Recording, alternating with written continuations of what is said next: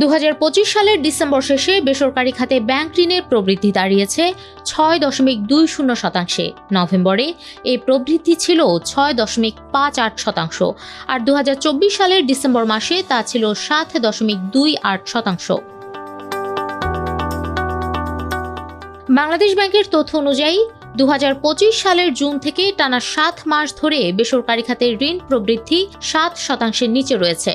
সবশেষ এই খাতে ঋণের প্রবৃদ্ধি 2 অঙ্কে পৌঁছেছিল 2024 সালের জুলাইয়ে। ওই মাসে 10.13% প্রবৃদ্ধির পর আগস্ট থেকে ধারাবাহিকভাবে কমতে থাকে। 2025 সালের অক্টোবরে তা নেমে আসে 6.23%, যা বিশেষজ্ঞদের মতে ইতিহাসের সর্বনিম্ন। অর্থনীতিবিদ ও ব্যাংকাররা বলছেন, নতুন বিনিয়োগে স্থবিরতার কারণেই ব্যাংক ঋণ প্রবৃদ্ধিতে এই ধীরগতি। নতুন বিনিয়োগ না হওয়ায় মূলধনী যন্ত্রপাতি আমদানি কমেছে, যাতে ঋণ প্রবৃদ্ধিও সংকুচিত হয়েছে। তাদের মতে, উচ্চ মূল্যস্ফীতির প্রভাবে নতুন বিনিয়োগ ব্যাহত হচ্ছে। বিনিয়োগের স্থবিরতার জন্য রাজনৈতিক অস্থিতিশীলতাই দায়ী। সেন্টার ফর পলিসি ডায়ালগ সিপিডির সম্মাননীয় ফেলো অধ্যাপক মোস্তাফিজুর রহমান বলেন, নতুন বিনিয়োগ না এলে ব্যাংক ঋণও বাড়ে না। দেশের বর্তমান রাজনৈতিক পরিস্থিতিতে কেউই বিনিয়োগে আগ্রহী হবে না। এই অবস্থা নির্বাচন পর্যন্ত থাকতে পারে। পূবালী ব্যাংক লিমিটেডের ব্যবস্থাপনা পরিচালক মোহাম্মদ আলী বলেন, দেশের রাজনৈতিক অনিশ্চয়তা বিরাজ করছে। এই পরিস্থিতিতে নতুন বিনিয়োগ আসবে না, এটাই স্বাভাবিক। নির্বাচনের পর বিনিয়োগের পরিবেশ তৈরি হলে ঋণ প্রবৃদ্ধিও বাড়বে। একাধিক বেসরকারি ব্যাংকের কর্মকর্তা জানান, আওয়ামী লীগ সরকারের পতনের পর অনেক ব্যবসা বন্ধ হয়েছে।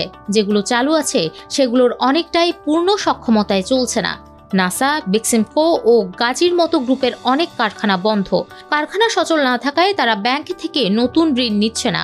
কারখানা চালু থাকলে মূলধনী যন্ত্রপাতি আমদানি করা হতো। আবার যেসব প্রতিষ্ঠান চালু রয়েছে তারাও উৎপাদন 70% কমিয়ে দিয়েছে। 2025 সালের ডিসেম্বরে সার্বিক মূল্যস্ফীতি বেড়ে দাঁড়িয়েছে 8.49%।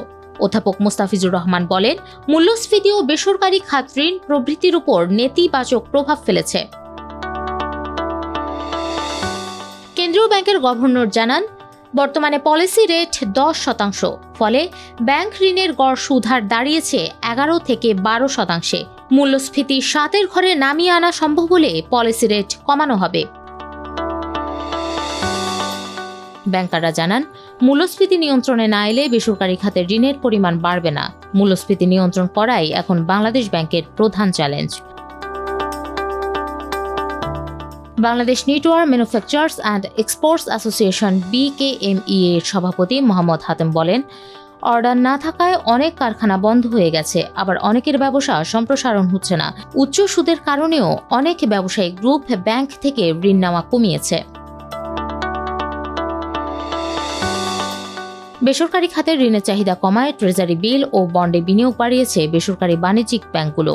ব্যাংকাররা জানান, ঋণের চাহিদা কম থাকায় ব্যাংকগুলো এখন সরকারি সিকিউরিটিজে বিনিয়োগ করছে। সরকারও ট্রেজারি বিল ও বন্ডের মাধ্যমে ব্যাংক থেকে বড় অঙ্কের ঋণ নিচ্ছে। অক্টোবর থেকে ডিসেম্বর প্রান্তিকে ক্যালেন্ডারের বাইরে অতিরিক্ত 10,000 কোটি টাকা ধার নিয়েছে সরকার।